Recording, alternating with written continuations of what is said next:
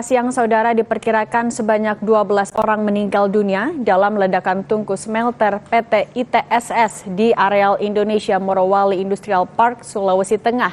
Tungku smelter yang meledak tengah dalam perbaikan. Dalam peristiwa itu, 35 pekerja PT Indonesia Singsan Stainless Steel ITSS menjadi korban. 12 diantaranya meninggal dunia. Saat kejadian, tungku smelter yang meledak itu dalam tahap perbaikan. Ledakan pada tungku memicu ledakan tabung oksigen yang ada di lokasi tersebut.